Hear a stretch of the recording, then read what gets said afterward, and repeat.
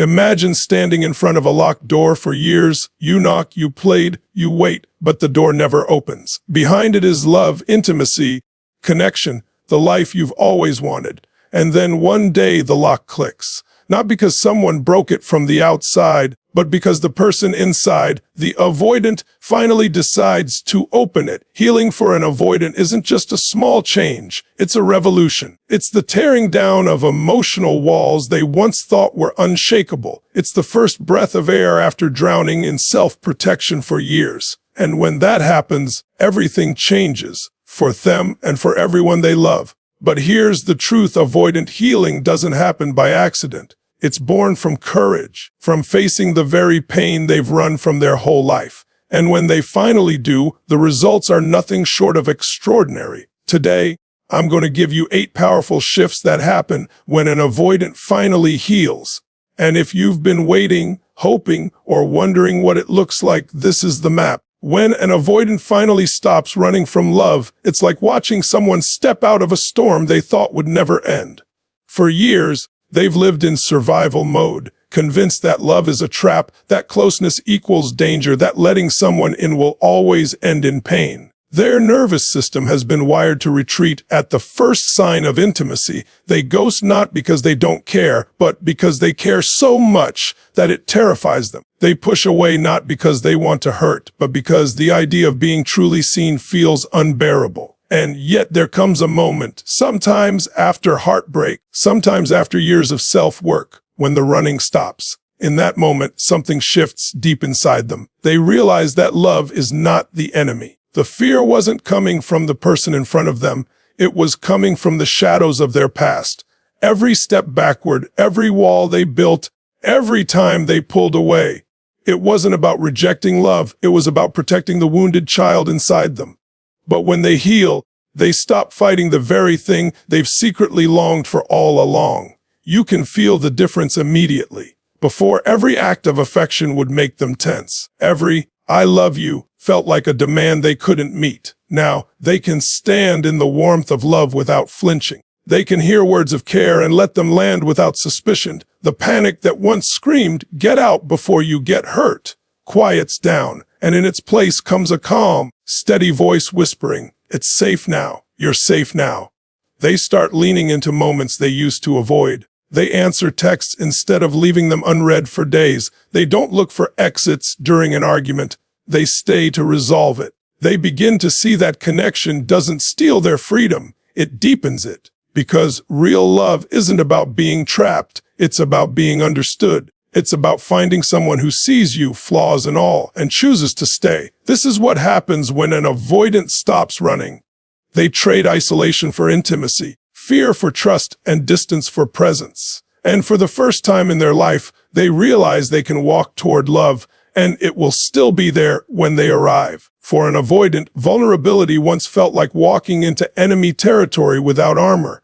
Every time they even considered opening up, an alarm went off inside them. A deep, gut-level warning that said, "Don't do it. You'll regret it. They'll use it against you." So they built a fortress around their emotions, brick by brick, until nobody could see inside. They became experts at deflection, at changing the subject, at turning everything into a joke when the conversation got too personal. On the surface, they looked calm, independent, untouchable. Inside, they were carrying a weight so heavy they didn't even realize how much it was holding them back. But when healing begins, something changes in the way they see vulnerability. It's no longer a sign of weakness. It becomes a declaration of strength. Because letting someone see your real emotions takes far more courage than hiding them ever did.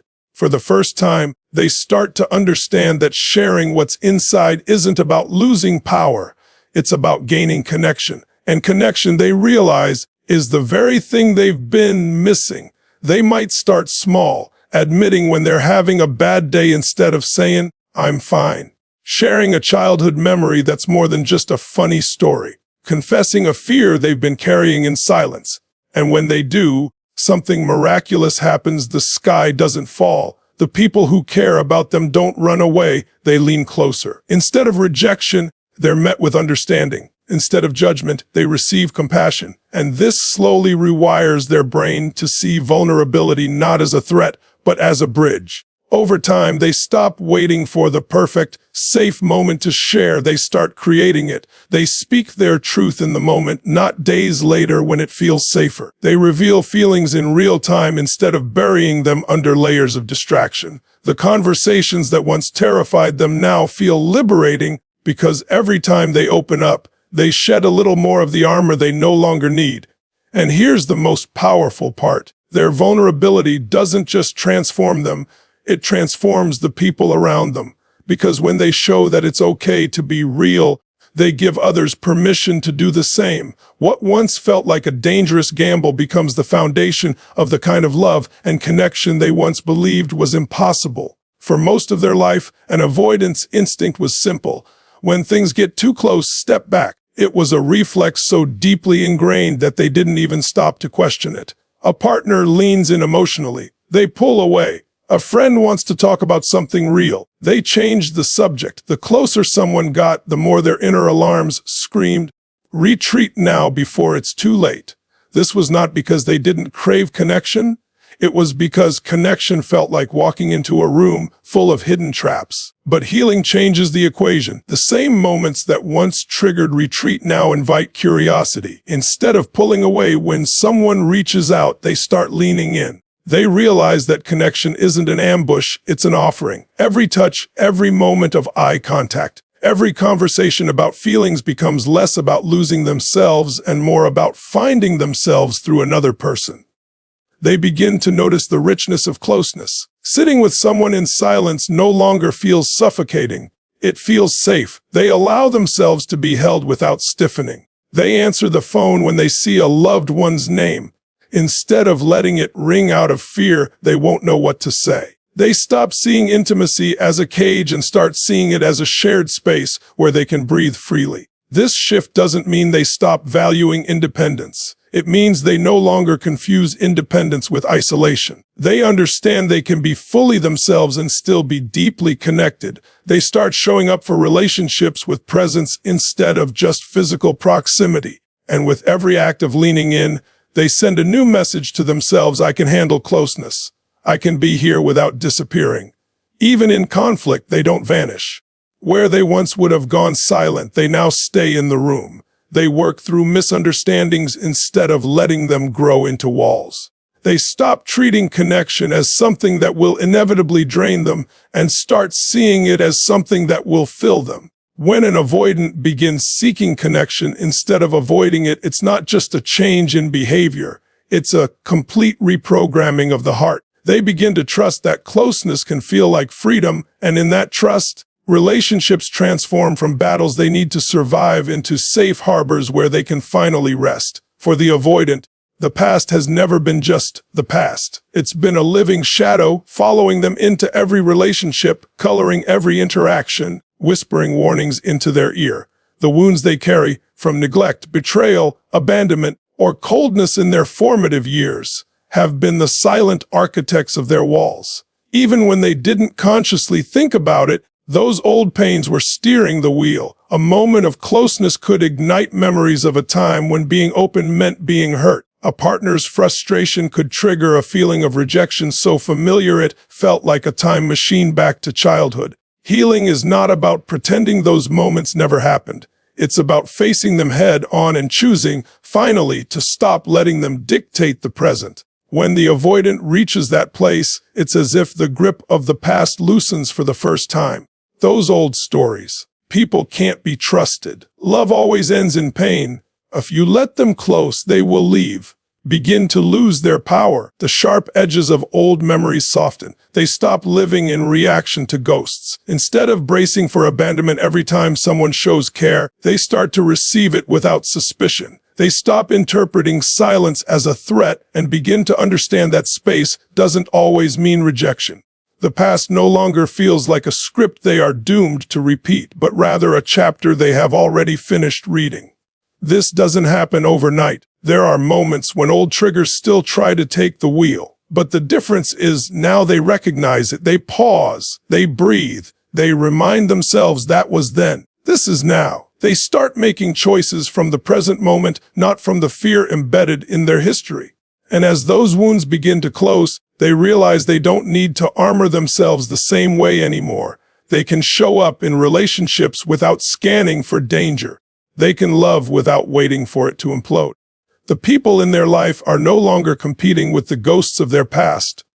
They're simply sharing life with a person who is finally here, fully present. When the past stops ruling the present, love becomes lighter. And for the avoidant, that lightness is the freedom they've been searching for all along. For someone with avoidant tendencies, apologies used to feel like surrender. Saying, "I'm sorry," felt dangerous, like opening the door for blame, criticism, or rejection to rush in. Deep down, it wasn't just about pride, it was about survival. Admitting fault meant risking exposure, and exposure to them was vulnerability, the very thing they had spent years avoiding. So they became masters at deflecting, minimizing, or staying silent when their actions hurt someone. It wasn't because they didn't care, they cared deeply, but owning that care out loud felt too raw, too risky. Healing changes this. As they grow, they begin to see that taking responsibility isn't the same as losing power. It's the opposite. It's reclaiming integrity.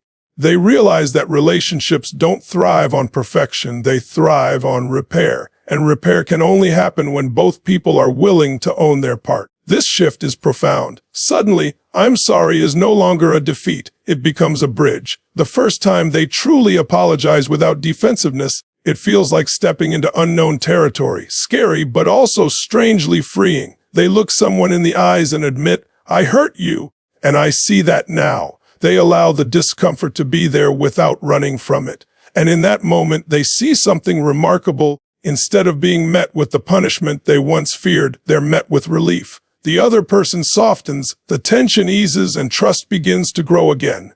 Over time, apologies become part of their emotional language. They don't just use the words, they back them up with change. They listen to understand instead of listening to defend. They acknowledge the impact of their actions, even when their intentions were good. They start to notice how these moments of accountability don't weaken the relationship, they strengthen it.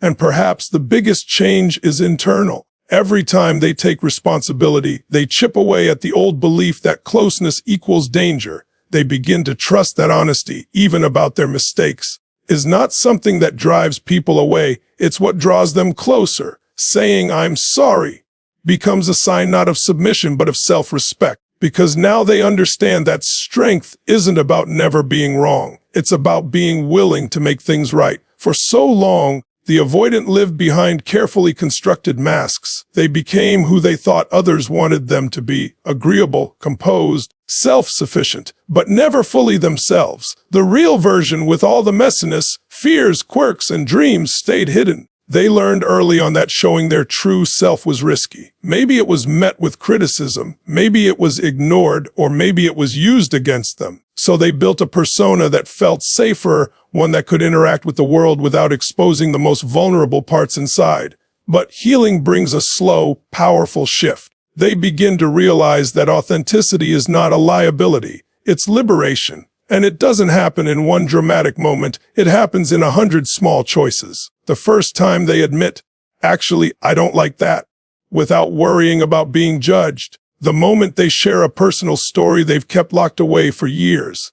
The instant they let themselves laugh loudly, cry openly, or speak with passion without toning it down to make others comfortable. With each step, they notice something surprising.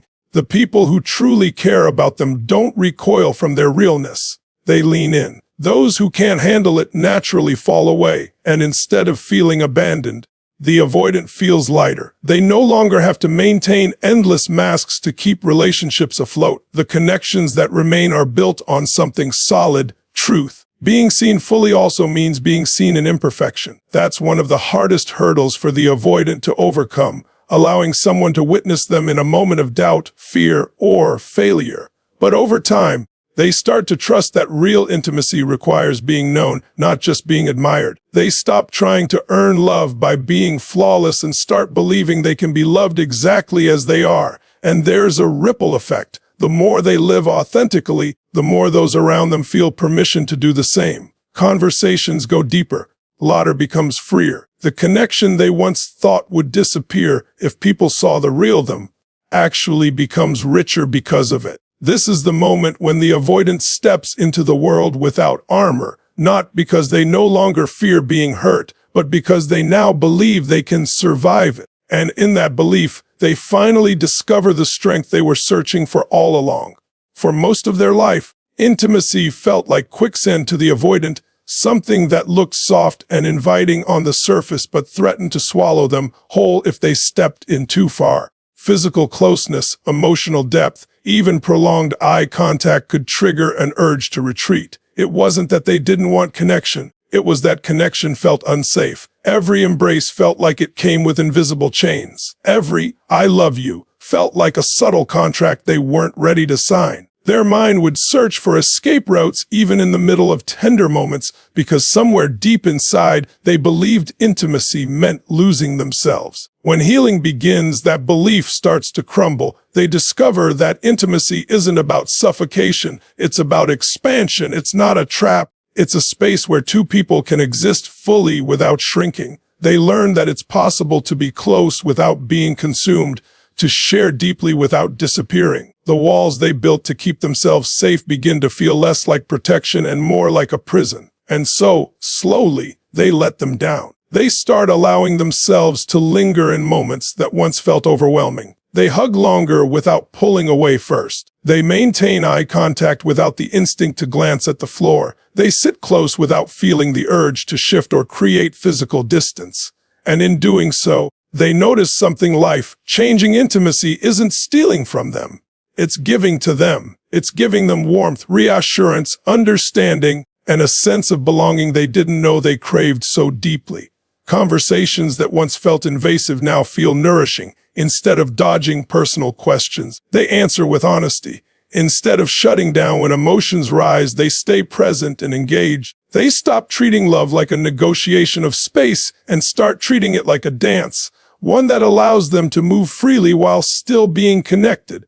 The fear that closeness will erase their identity fades as they realize that real intimacy celebrates individuality. It doesn't ask them to be less, it invites them to be more open, more present, more alive. For the first time, intimacy doesn't feel like a risk they have to survive. It feels like a gift they get to receive. And in that shift, the avoidant stops running from closeness and starts leaning into it with both hands open. For most avoidants, relationships used to feel like a chase, one person reaching, the other retreating.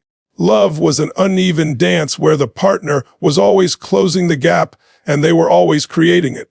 Deep down, it wasn't that they didn't want love, they just didn't trust it. So they stayed in control by keeping emotional distance, thinking that if they never fully surrendered, they could never fully be hurt. This created a dynamic where the other person often felt like they were chasing shadows, longing for connection that always seemed just out of reach. But healing changes the very foundation of how they see love. When an avoidant finally heals, love stops being a tug of war and starts becoming a true partnership. They no longer see closeness as a threat to their independence. They see it as a shared journey where both people bring their whole selves. Instead of guarding their freedom like it's fragile, they realize that real love doesn't take freedom away, it multiplies it. They start showing up differently. No more waiting for the other person to initiate every conversation about the future. No more silent walls during conflict. They take part in building the relationship brick by brick. They offer reassurance without being asked.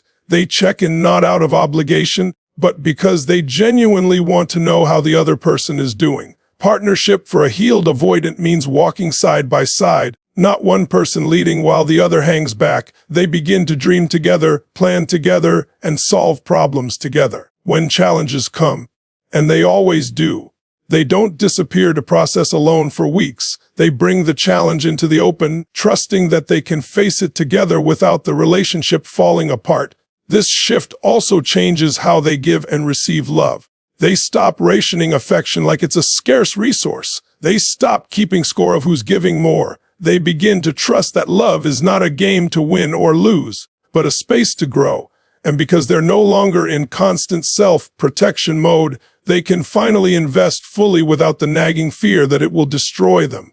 When an avoidant reaches this stage, they're not just in a relationship, they're in a partnership where both people are equally committed, equally invested, and equally free. Love becomes a place where they stand together, not a battlefield where they guard themselves. And in that space, the very thing they once feared most becomes the thing they treasure above all else. Healing for the avoidant is not a single event. It's a journey that reshapes every corner of their life. It's the slow dismantling of the walls they once believed were essential for survival. It's the courage to step out of hiding, to face the shadows of the past, and to let love in without constantly fearing the cost. The transformation is not just in how they relate to others, but in how they relate to themselves. They begin to see their worth not as something they have to prove, but as something that has always been there waiting to be recognized.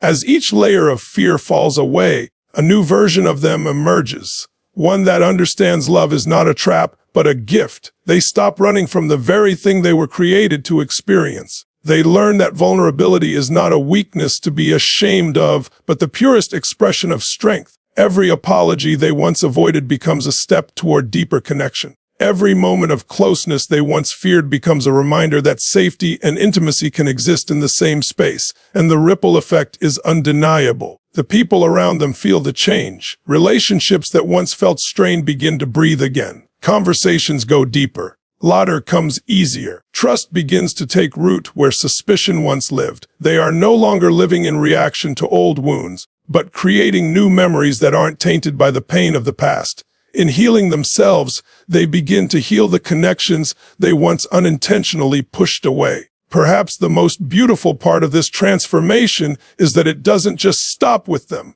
By showing up differently in love, they give others permission to do the same. They become living proof that change is possible, that even the most guarded heart can learn to open, and that the scars of yesterday don't have to dictate the story of tomorrow. Their journey becomes a silent invitation for others to step into their own healing, to believe that love can be safe, deep, and lasting. In the end, what happens when the avoidant finally heals is nothing short of a miracle. They go from surviving relationships to thriving in them. They go from avoiding closeness to craving it. They go from building walls to building homes.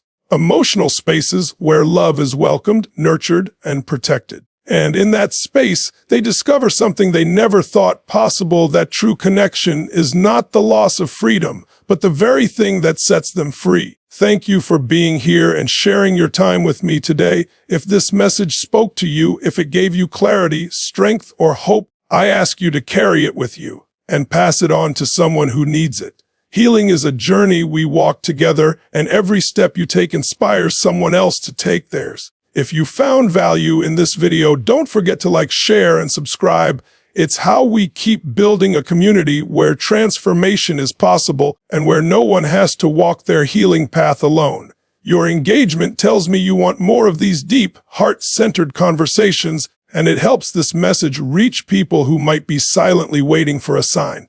I want you to remember something as you leave today. You are capable of rewriting your story. No matter how far you've run, no matter how high the walls have been, there is always a way back to love, to trust, and to yourself. Keep going, because the best chapters of your life haven't even been written yet. Until next time, take care of your heart, protect your peace, and never forget, you are worthy of a love that stays. I'll see you in the next video. Goodbye for now.